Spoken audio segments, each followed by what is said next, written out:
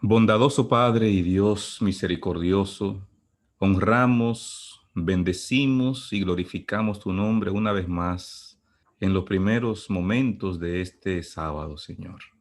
Gracias, Señor, porque nos permites, como tu pueblo, estar congregados para honrarte y para ser edificados en tu palabra. Por favor, ven a instruirnos en tu verdad. Tú has prometido que donde estén dos o tres congregados en tu nombre, tú estás en medio de ellos. Queremos sentir tu presencia, Señor, en esta noche. Queremos colocar nuestra disposición para que seamos instruidos en el conocimiento de tu verdad. Abre nuestro intelecto y permite que tu palabra produzca fruto abundante en nuestros corazones.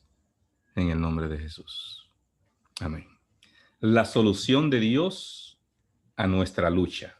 Hemos estado viendo la lucha espiritual y cómo el Espíritu Santo juega un papel fundamental y tenemos que lidiar cada día con una lucha entre la carne y el Espíritu. Pero Dios tiene una solución para que seamos victoriosos. Leemos en San Juan capítulo 15, verso 4: permaneced en mí y yo en vosotros. Como el pámpano no puede llevar fruto por sí mismo si no permanece en la vid, así tampoco vosotros si no permanecéis en mí. Hay una solución que Dios tiene. La solución de Dios es clave: la permanencia. Tenemos que estar conectados con Jesucristo. Permaneced en mí y yo en vosotros. Y entonces lo ilustra con la planta de uva. Por eso el Señor dice que Él es la vid, el tronco, y nosotros las ramas, el pámpano. Entonces dice el texto que las ramas no pueden llevar fruto por sí mismas. Si uno corta una rama de un tronco, se va a secar en poco momento. Entonces Jesús está utilizando en esta parábola de San Juan capítulo 15 la ilustración de la importancia de permanecer unidos, conectados, ligados a Él. Eso es lo que Jesús está tratando de ilustrarnos. El deseo de todas las gentes, en la página 630, dice: el estar en Cristo significa recibir constantemente de su Espíritu una vida de entrega sin reservas a su servicio.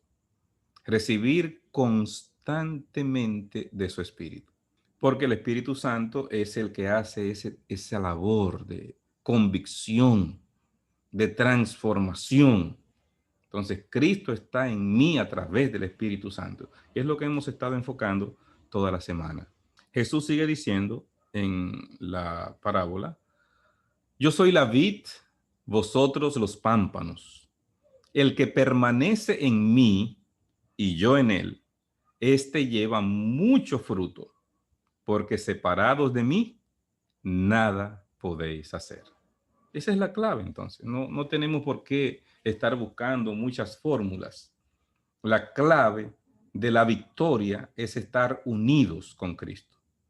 Y nosotros creo que sabemos cómo podemos estar unidos con Cristo. Necesitamos más tiempo para meditar en Jesús, dice el deseo de todas las gentes, que nosotros debiéramos dedicar por lo menos una hora cada día a meditar acerca de Jesús. Por lo menos una hora, dice Elena G. de White. Y dice, especialmente en las escenas finales de su vida. O sea, hay que meditar en el sacrificio pleno expiatorio de Cristo en favor de la humanidad. Son temas que tenemos que mirar hacia ellos, razonarlos, ver el amor de Cristo expresado en ellos. O sea, la permanencia tiene que ver con pasar tiempo conociendo más a Cristo Jesús en una vida de relación con Él. Entonces, ese espacio, ese tiempo, hay que encontrarlo. Si usted no lo encuentra porque se levanta a las 6, entonces levántese a las 5. Si usted no tiene el tiempo levantándose a las 5, levántese a las 4, 4:30. Pero tiene que ubicar el tiempo para usted poder crecer espiritualmente. porque si no crecemos espiritualmente, entonces dejamos de estar en ese conocimiento constante, continuo que debemos permanecer en Cristo. Por eso habla acerca de la permanencia. No es que te conectaste una vez y ya, estás conectado. Es que una vez te conectaste, necesitas mantenerte conectado. En el verso 6 sigue diciendo Jesús: el que en mí no permanece será echado fuera como pámpano y se secará, y los recogen y los echan en el fuego y arden. Si una persona decide no permanecer en Cristo, entonces la consecuencia es clara. El Señor está dando la clave. La clave es permanecer. La solución de Dios para el problema que tiene el ser humano es permanecer en Cristo. Ahora, Jesús dice claramente en el verso 6, el que en mí no permanece será echado fuera como pámpano. Cuando una rama se seca, la cortan y la echan en el fuego. Es lo que está diciendo. Pareciera duro lo que está diciendo Jesús. Después de lo primero que dice, de la importancia de la permanencia, ahora dice, el que no permanece, entonces lo van a cortar, lo van a recoger, lo van a echar en el fuego y va a arder. Yo creo que no hay que explicar demasiado a qué Jesús se está refiriendo con esto. Está más que claro que finalmente el que viva en pecado tendrá que sufrir las consecuencias del pecado. El Señor ama al pecador, pero no puede amar el pecado, odia el pecado. Entonces, si una persona mantuvo el pecado en su vida, entonces cuando el Señor venga a ponerle fin al pecado, donde haya pecado va a desaparecer, va a ser quemado hasta convertirse en ceniza, dice la palabra de Dios. Entonces, la clave es permanecer, porque si no permanezco, entonces hay consecuencias que vienen por no permanecer en Cristo. Es lo que está diciendo. En el verso 7, reitera el Señor: si permanecéis en mí y mis palabras permanecen en vosotros, pedid todo lo que queréis y os será hecho. Wow, y esto es abarcante. Pedid todo lo que queréis. Pero hay una clave, hay una solución de Dios: permanencia. La permanencia. O sea, no solamente que tú recibiste a Cristo de la manera que recibiste al Señor Jesús, de esa misma manera andad en Él. Ese es el secreto. No es que ya yo recibí una vez y ese Espíritu Santo que recibí esa primera vez cuando me bauticé es suficiente para el resto de mi vida. No, es que necesito cada día buscar esa fuerza, buscar ese poder para yo poder permanecer. Porque de lo contrario, entonces voy a flaquear. Si me desconecto de la vid, me voy a secar. Y si me seco, me van a cortar y me van a recoger y finalmente voy a tener que ser quemado. Es interesante que cuando uno mira el capítulo 15, donde Jesús hace esta parábola, cuenta esta parábola, está en el medio, el capítulo 15, de los capítulos 14 y 16. Los capítulos 14 y 16, ¿de qué hablan? En el capítulo 14 se habla de la promesa del Espíritu Santo y en el capítulo 16 se habla acerca de la obra del Espíritu Santo. Es interesante porque Jesús, en medio de esas enseñanzas sobre el Espíritu Santo, está diciendo, tienen que permanecer. No es algo aislado, es que la permanencia viene fruto de esa conexión y esa labor que hace el Espíritu Santo en nosotros. Ahora, cuando yo no permanezco, entonces viene el pecado, que se llama en la Biblia imperdonable. ¿Qué es el pecado imperdonable? Es rechazar la obra del Espíritu Santo. Vamos a leerlo claramente porque Jesús fue muy específico acerca de esto. Mateo 12:31 dice, por tanto os digo, todo pecado y blasfemia será perdonado a los hombres, mas la blasfemia contra el Espíritu no le será perdonada. ¿Quién es que convence de pecado? El Espíritu Santo. Ahora dice el Señor, la blasfemia contra el Espíritu no será perdonada. El Espíritu Santo entonces es ese agente divino clave para la permanencia. Cuando yo blasfemo contra el Espíritu Santo, ¿a qué es que se está refiriendo la Biblia? que le llama el pecado imperdonable, porque no hay perdón para ese pecado. Es un endurecimiento del corazón hasta que ya no hay ninguna respuesta a la voz de Dios. El Espíritu Santo te habla, te toca, te llama, pero tú prefieres mantener tu misma actitud y persistir en la misma práctica que te está señalando el Espíritu Santo. Entonces, el Espíritu Santo va a llegar un momento en que dice, bueno, no más. Cuando una persona se endurece y se petrifica y es renuente, finalmente el Señor abandona, porque no lo puede obligar. Dios no obliga a nadie. Dios respeta el libre albedrío que le dio a cada persona.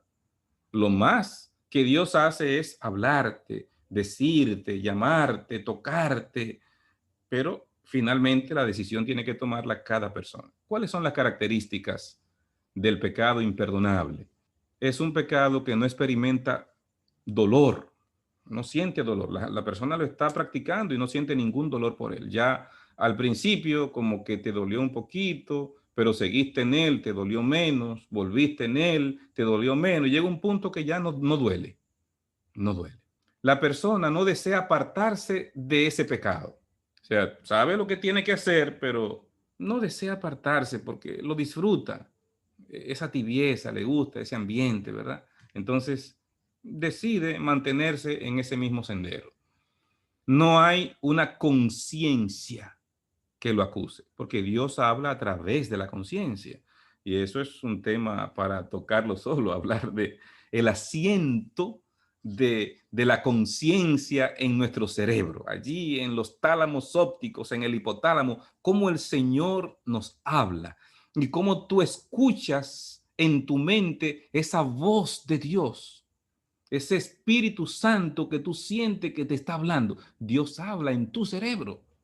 Dios impacta tu cerebro para que tú escuches la voz de Dios y oyes esa voz en lo interior de tu ser. Entonces viene finalmente que no siente la persona arrepentimiento porque ha estado rechazando, ya no escucha esa voz que al principio estaba escuchando en su mente y entonces finalmente no hay un arrepentimiento. Y cuando no hay arrepentimiento, entonces ya Dios no puede hacer más nada. Porque si una persona persiste en su pecado, Dios no puede salvarlo en su pecado. Dios te salva de tu pecado. Pero para que Dios nos salve, tiene que haber un arrepentimiento. ¿Cómo se da esa conciencia? Dice el apóstol Pablo, por la hipocresía de mentirosos teniendo cauterizada la conciencia. O sea, hay personas que tienen la conciencia cauterizada. ¿Cómo es una conciencia cauterizada? Es una conciencia que ya no responde a la voz de Dios. Como cuando uno se hace un callo en la mano, al principio que yo empecé a trabajar la tierra con mi padre, entonces estábamos sembrando yuca, guandules, y había que quitar toda la maleza, toda la hierba que había, y entonces nos tomó varios días. El primero de esos días, pues la mano sangró, se hicieron ampollas, se reventaron las ampollas, pero al seguir en la práctica de ese tipo de actividad, se hizo como una coraza en mis manos y se hicieron unos callos.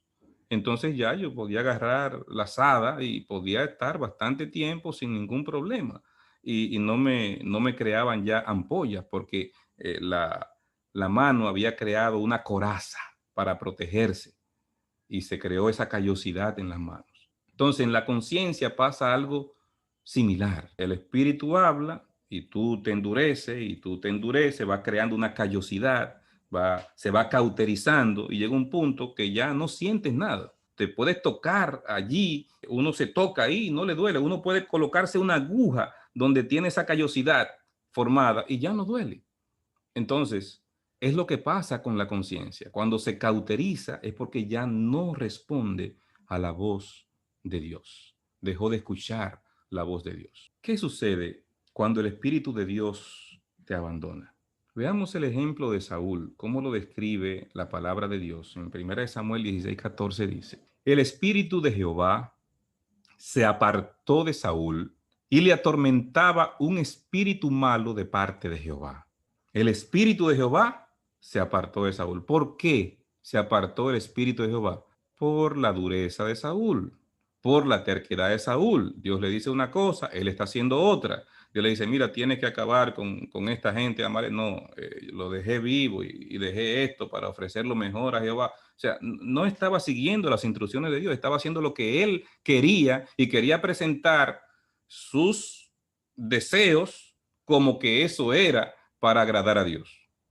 Y siguió en esa práctica y entonces, finalmente, por estar endureciendo su corazón, por mantener una actitud rebelde contra la voz de Dios, hasta el punto de llegar a ofrecer un sacrificio porque el profeta no llegaba. O sea, qué bárbaro. ¿Cómo había llegado hasta ese punto? Porque ya su conciencia se había cauterizado y ya él estaba usurpando hasta las funciones del sacerdote. Entonces, dice el verso 14, que el espíritu de Jehová se apartó de Saúl.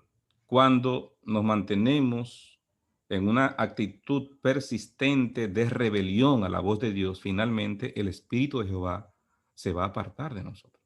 Y aquí dice algo que mencioné y lo voy a mencionar otra vez por si alguien no estaba. Dice, un espíritu malo le atormentaba de parte de Jehová. Dios no tiene espíritu malo. El escritor bíblico ve a Dios como responsable de lo que él no evita. Si Dios no evita que venga un espíritu malo, entonces el escritor, por el conocimiento que tiene de Dios, entiende que Dios le mandó ese espíritu malo, pero no es Dios que lo manda, es que el espíritu de Dios se aparta y cuando el espíritu de Dios se aparta, entonces viene el espíritu del mal. No es Dios que lo manda. Lo que pasa es que Dios se va y cuando Dios se va, viene el otro y ocupa ese territorio. Vamos a ver cómo lo describe Jesús para que lo entendamos bien, para que no haya dudas acerca de ese proceso. Jesús lo explicó de esta manera. Cuando el espíritu inmundo sale del hombre, anda por lugares secos buscando reposo y no lo halla. Y yo pregunto, ¿cuándo es que el espíritu inmundo sale del hombre? Cuando entra Cristo. Cuando Cristo entra en la vida de la persona, entonces cualquier espíritu inmundo que había estado dominando la vida de esa persona sale, es reprendido, porque ya llegó el Espíritu Santo. Así que el espíritu inmundo sale cuando entra Cristo. Entonces dice que este espíritu inmundo que sale del hombre anda por ahí buscando lugares donde encontrar reposo. Entonces dice, volveré a mi casa de donde salí. Y cuando llega, la halla desocupada, barrida y adornada. Cuando Cristo entra en la vida de una persona, quita el desorden que había y el reguero y el desastre y la ordena. Así que cuando este espíritu malo viene, dice la Biblia, que encontró la casa, lo primero que dice es desocupada. ¿Qué significa eso? Que ya Cristo no está ahí, que ya el Espíritu Santo no está ahí. Porque la casa de donde él salió, cuando Cristo la ocupó, ahora está desocupada. ¿Y cómo encuentra la casa? Barrida y adornada. Porque el Señor barrió toda la maleza, toda la suciedad, toda la inmundicia. La barrió de la vida a esa persona y la adornó con las gracias del Espíritu Santo, amor, gozo, paz, paciencia, benignidad, bondad, fe, mansedumbre, templanza, el adorno que el Señor le puso. Así encuentra este espíritu malo esta casa. Pero lo serio es que está desocupada. Ya no está el Espíritu Santo en esa casa. Siguiente versículo dice, entonces va y toma consigo otros 7 espíritus peores que él, y entrados moran allí. Y el postrer estado de aquel hombre viene a ser peor que el primero. Así también acontecerá a esta mala generación. Wow, fuerte lo que dice. Ese espíritu que encontró la casa desocupada va y busca 7 peores que él y los trae para que moren en esa casa. Allí encontré una casa que está barrida, que está adornada y vacía. Vamos para allá. Y no es uno, son 7 espíritus peores que él que trae. Y por eso dice Jesús, el postrer estado de aquel hombre viene a ser peor que el primero. porque ahora no es un espíritu del mal que tiene, ahora tiene 8 espíritus malignos, porque trajeron 7 peores. Ahora, ¿es difícil sacar un espíritu del mal? Jesús, cuando habló acerca de esto, dijo que ese género solo salía con ayuno y oración. O sea, no es tan sencillo. Usted va al libro de Hechos y va a encontrar un caso cuando unos hombres se pusieron a reprender a un endemoniado, y el endemoniado agarró a esos hombres y los golpeó y los maltrató. Son seres superiores al ser humano. Un ser humano sin la presencia del Espíritu Santo y los ángeles de Dios no puede luchar contra un demonio. Entonces, no es sencillo sacar a un demonio. Es un asunto espiritual y que requiere ayuno y oración. Ahora, cuando son 7 demonios, o son 8 demonios, o es una legión, como usted encontrará que en una ocasión Jesús encontró un par de endemoniados, y entonces cuando preguntó, legión, porque somos muchos, una legión eran 5,000 soldados. Entonces, estamos hablando de que hay ocasiones en que no son 7 ni 8, sino que vienen hasta por decenas y centenas y miles. Ahora, ¿Cristo puede restaurar a una persona que ya tiene 7 demonios? Va a ser un proceso más difícil, pero vamos a leer lo que dice la Biblia, Lucas capítulo 8, versículo 2. Y también algunas mujeres que habían sido sanadas de espíritus malignos y de enfermedades. María, a la que llamaban Magdalena, y de la que habían salido 7 demonios. ¿Cuántos demonios sacó Jesús de María? 7 demonios estaban dominando la vida de María. ¿Qué nos dice ese texto? Que María había tenido el conocimiento de Dios, se apartó de Dios, y entonces para esa restauración que el Señor iba a hacer, tuvo que reprender los demonios. Vamos a leerlo directamente en el don de profecía, dice Ellen G. White en Conflicto y Valor 315. Era él, refiriéndose a Jesús, quien la había librado de la desesperación y la ruina. 7 veces ella había oído la reprensión que Cristo hiciera a los demonios que dirigían su corazón y mente. Jesús reprendió 7 veces los demonios que estaban dominando el corazón y controlando la mente de María. Porque ese es el problema, cuando hay un demonio que está presente en tu vida, sea de lo que sea, de lujuria, de egoísmo, de codicia, el demonio que sea que esté dominando tu vida, está controlando tu mente, tus pensamientos.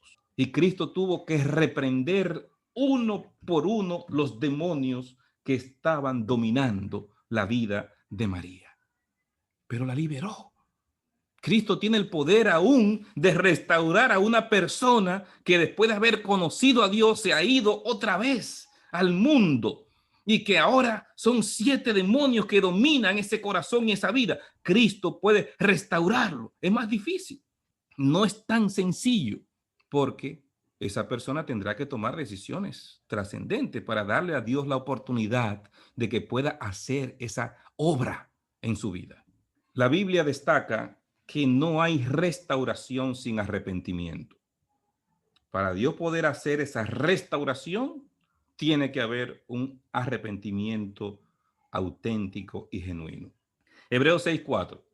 Porque es imposible que los que una vez fueron iluminados y gustaron del don celestial y fueron hechos partícipes del Espíritu Santo, y asimismo gustaron de la buena palabra de Dios y los poderes del siglo venidero, y recayeron, sean otra vez renovados para arrepentimiento, crucificando de nuevo para sí mismos al Hijo de Dios y exponiéndole a vituperio.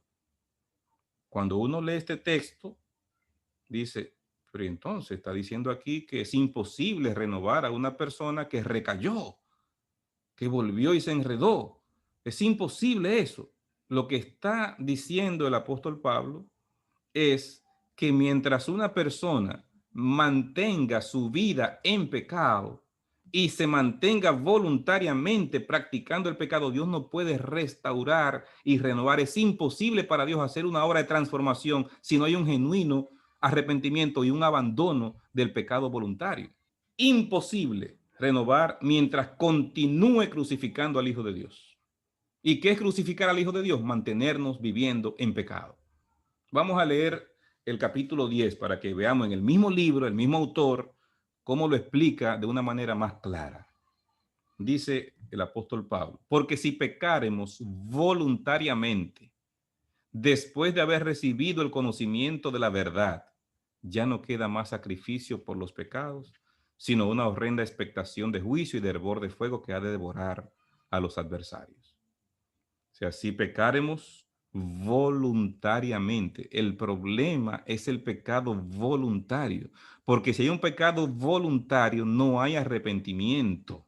Si yo mantengo la misma actitud con el pecado voluntario, entonces estoy cayendo en lo que es una conciencia cauterizada, porque estoy practicando un mismo hecho y estoy repitiendo un pecado.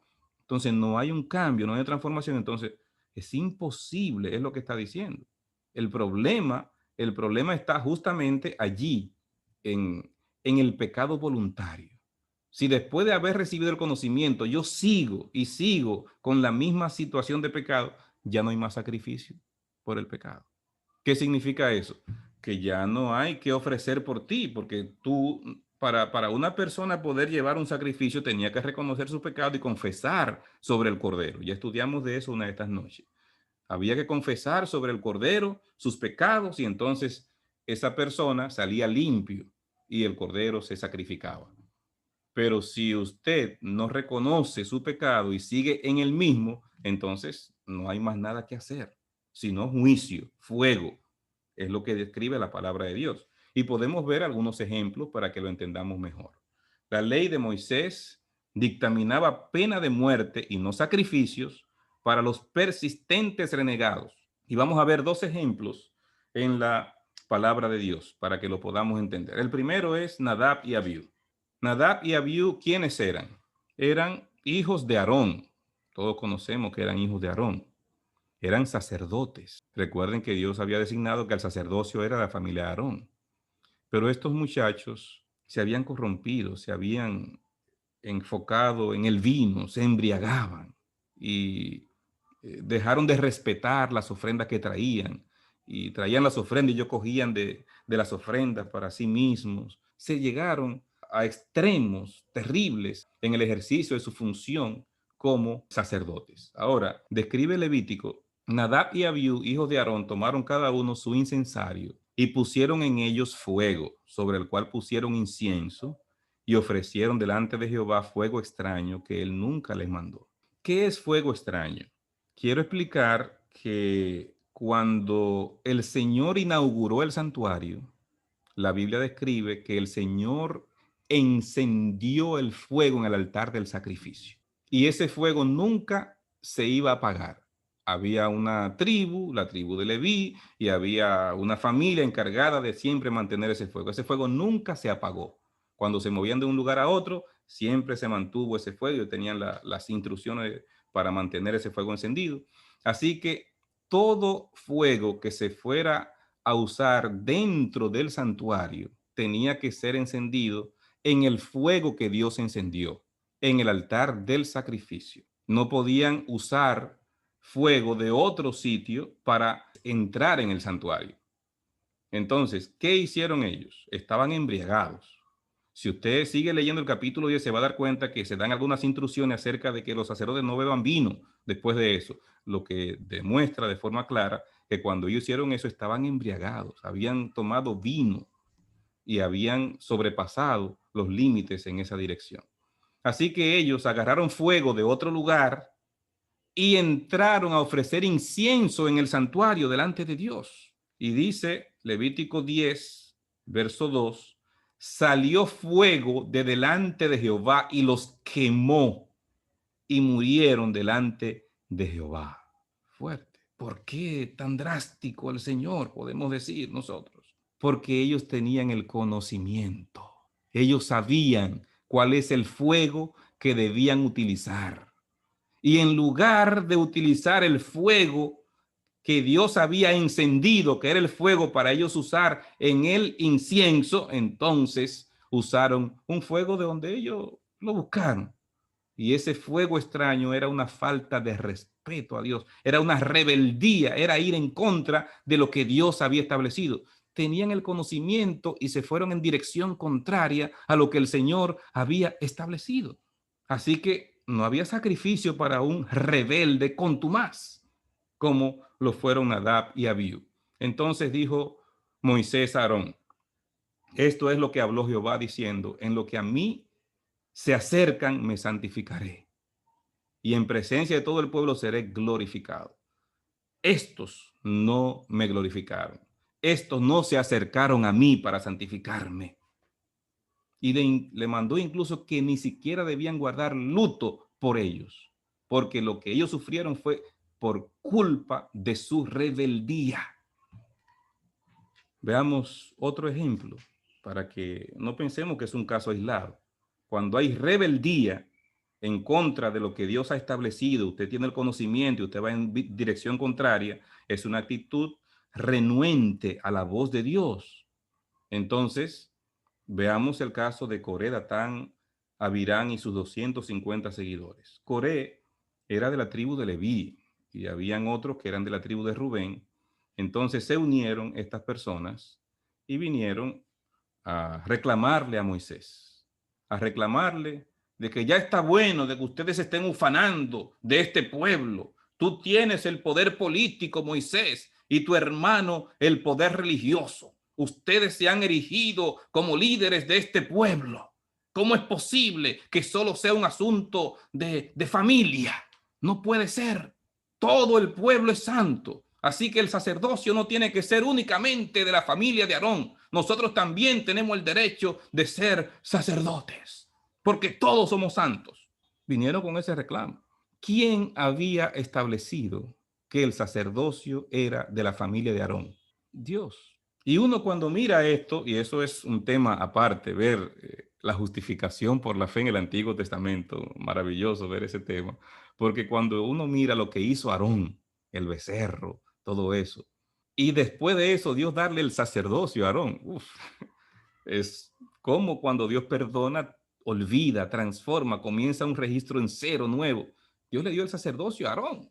Fue Dios que lo decidió, no fue Moisés que lo decidió, fue Dios que lo decidió. Pero ahora viene este grupo de personas, Corea, Datán y Abirán, y buscan 250 seguidores y hacen el reclamo. No tenemos el tiempo de ver todo eso. Yo tengo un tema para hablar solamente de ese capítulo que me duró unos 45 minutos. Pero yo quiero que veamos una ilustración de cómo terminó este caso. Ahí está la ilustración de lo que describe la Biblia. Coré, Datán y Abirán fueron tragados con sus familias porque las familias los apoyaron en su rebeldía. No se colocaron en contra de ellos, sino que los apoyaron en su rebeldía. Por eso, cuando la tierra se abrió, se los tragó con todo y familia. Describe la palabra de Dios. La tierra se abrió debajo de ellos, abrió la tierra su boca y los tragó a ellos, a sus casas, a todos los hombres de Coré y a todos sus bienes. La tierra se abrió y se los tragó a los cabecillas con sus familias. Cuando Moisés lo mandó a buscar, dijeron: no iremos, y se quedaron allá frente a sus tiendas en rebelión. Y entonces, donde ellos estaban, allí se abrió la tierra y los tragó. Y ellos, con todo lo que tenían, descendieron vivos al Seol y los cubrió la tierra y perecieron de en medio de la congregación. Pero ellos buscaron 250 hombres. Entonces, los 250 que ellos buscaron, dice la Biblia, y leímos el texto, que se encendió fuego de parte de Dios y los quemó a esos 250, porque estaban en rebelión abierta contra el orden que Dios había establecido, sin querer aceptar la voluntad expresa de Dios. Y cuando eso sucede, entonces, tristemente, vienen estas consecuencias. El Espíritu de Dios Ya no tiene nada que hacer en una persona que lo ha rechazado y que ha tomado actitud de rebeldía y que no quiere ni escuchar la voz de Dios. Porque cuando Moisés lo manda a buscar, no iremos. Una actitud de abiertamente rebeldía a querer escuchar la voz de Dios. Y las consecuencias son estas. La Biblia habla de pecados de muerte. Primera de Juan 5:16 dice, si alguno viere a su hermano cometer pecado que no sea de muerte, pedirá y Dios le dará vida. Esto es para los que cometen pecado que no sea de muerte. Hay pecado de muerte por el cual yo no digo que se pida.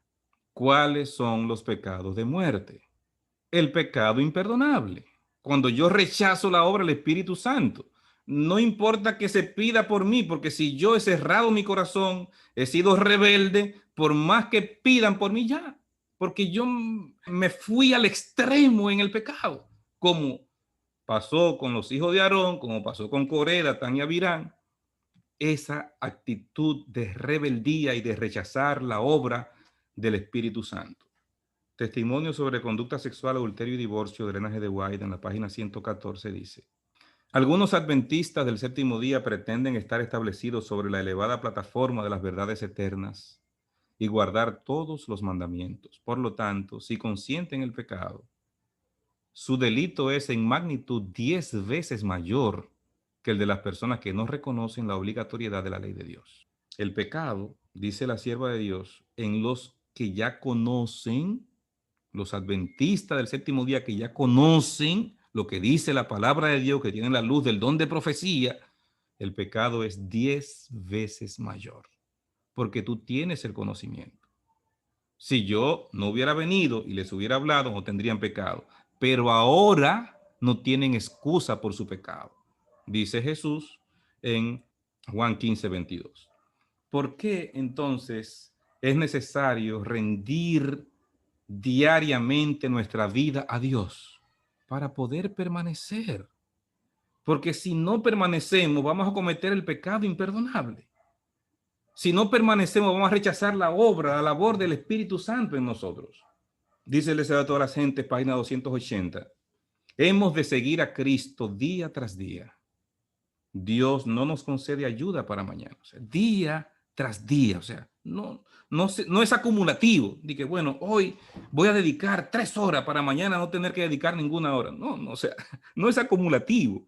Día tras día. Sigue diciendo en Hijos e Hijas de Dios, el ángel de White, el seguir a Jesús requiere una conversión de todo corazón al principio y una repetición de esta conversión diariamente. Nos arrepentimos, conocimos al Señor, pero dice la sierva de Dios, hay que hacer eso diariamente, una repetición de esa conversión cada día, cada día. En la Review and Herald, enero 6 de 1885 dice, no importa cuán completa haya sido nuestra consagración cuando nos convertimos, no nos valdrá de nada a menos que las renovemos diariamente. Claro, lo que dice la sierva de Dios es demasiado claro. No es acumulativo, no es que cuando te bautizaste, sí, te arrepentiste bien. Ese arrepentimiento tiene que seguir día a día. Esa conversión tiene que seguir día tras día. Dice el apóstol Pablo en 1 Corintios 15:31, os aseguro, hermanos, por la gloria que de vosotros tengo en nuestro Señor Jesucristo, que cada día muero. Cada día muero. ¿A qué estoy muriendo cada día? Es claro, hermanos, que nosotros tenemos que morir al pecado cada día, que tenemos que enterrar ese pecado cada día. Hay que sepultar ese pecado diariamente. Cada día muero. Esa conversión diaria. En el discurso maestro de Jesucristo, página 83.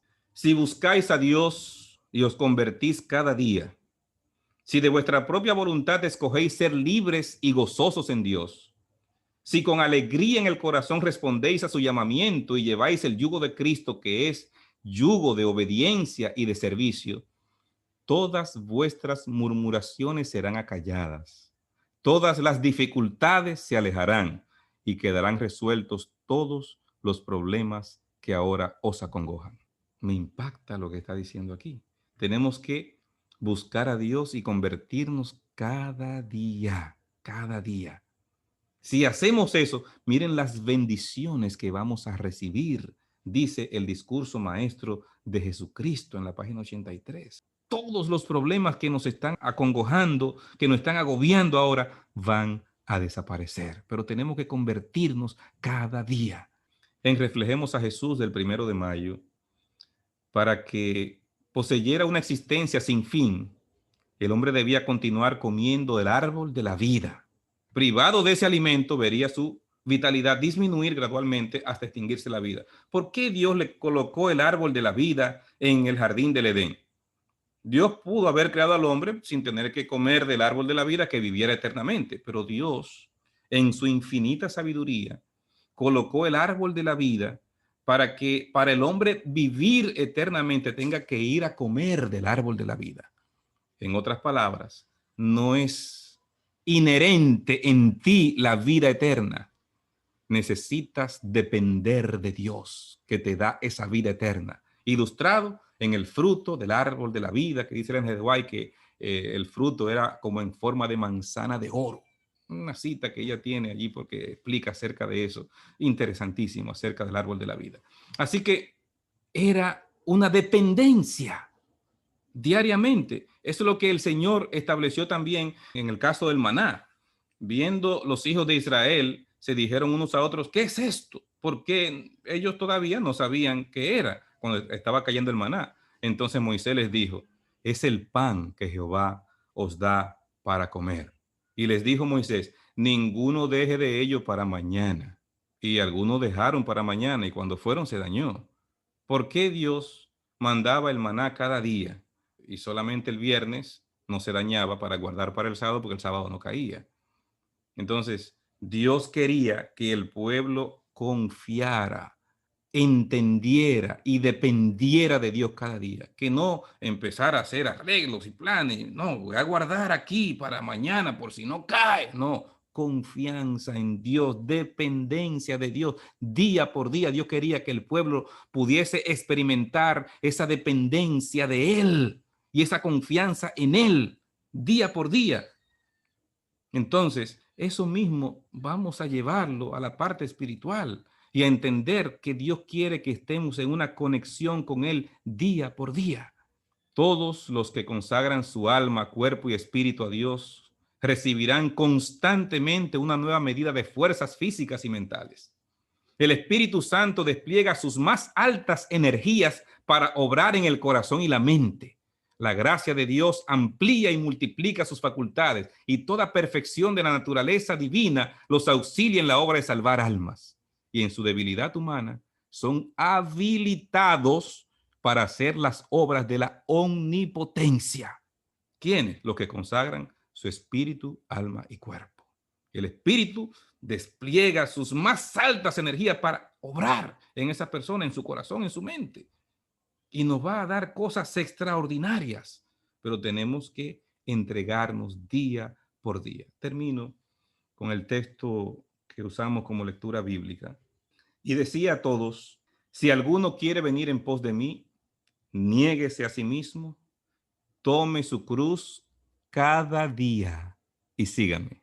¿Cuántos días? Cada día. No, no tome la cruz una vez cuando te convertiste, no. Tome su cruz, siga ese ejemplo de Jesús, siga ese dictamen de Jesús, siga esa vida de Jesús, siga arrepintiéndose, siga convirtiéndose cada día. Tome su cruz cada día y sígame. La solución de Dios para nosotros es una relación íntima con Él, como la vid y el pámpano, porque separados de mí nada podéis hacer. Una relación estrecha con el Señor, convirtiéndome cada día, arrepintiéndome cada día, dependiendo de Él cada día, siguiendo al Señor día por día. Es lo que Dios anhela que tú hagas. Es lo que Dios anhela que yo haga. Es lo que Dios quiere como una solución para nuestros problemas y dificultades. Que Dios nos llene con su espíritu. Que nosotros no seamos rebeldes al Espíritu Santo. que no blasfememos contra el Espíritu Santo, sino que podamos tener una dependencia diaria del Espíritu Santo para que en Cristo Jesús podamos morir cada día como Pablo moría al pecado, tomar la cruz de Cristo cada día y seguir a Jesús día por día. Que el Señor te bendiga y te llene con su presencia en este día. Bondadoso Padre y Dios de misericordia, en este momento estamos delante de tu presencia. Tú nos invitas a pedir, buscar, llamar. Tú nos invitas a orar siempre y no desmayar. También en este momento, Señor, estamos una vez más dándote gracias por tu palabra que se abre ante nosotros, dándote gracias porque no nos has dejado en oscuridad, nos has dado luz para entender que tú tienes una solución para el problema del pecado, que no nos descuidemos, que no persistamos en una blasfemia contra el Espíritu Santo, que no juguemos más con el pecado, sino que podamos entender la magnitud del pecado y podamos aceptar la solución divina que tiene, que es una permanencia en Jesús, es una relación diaria con Jesús, es estar constantemente muriendo al pecado, como Pablo nos enseña, pero también crucificando cada día el viejo hombre, muriendo a las cosas de la carne y permitiendo que el Espíritu Santo nos ayude a vivir para Cristo cada día. Danos tu bendición esta noche, que tu Espíritu Santo impresione nuestras mentes, nuestros corazones, y podamos hacer una reconsagración de todo nuestro ser, espíritu, alma y cuerpo, a tu servicio. En el nombre de Jesús. Amén.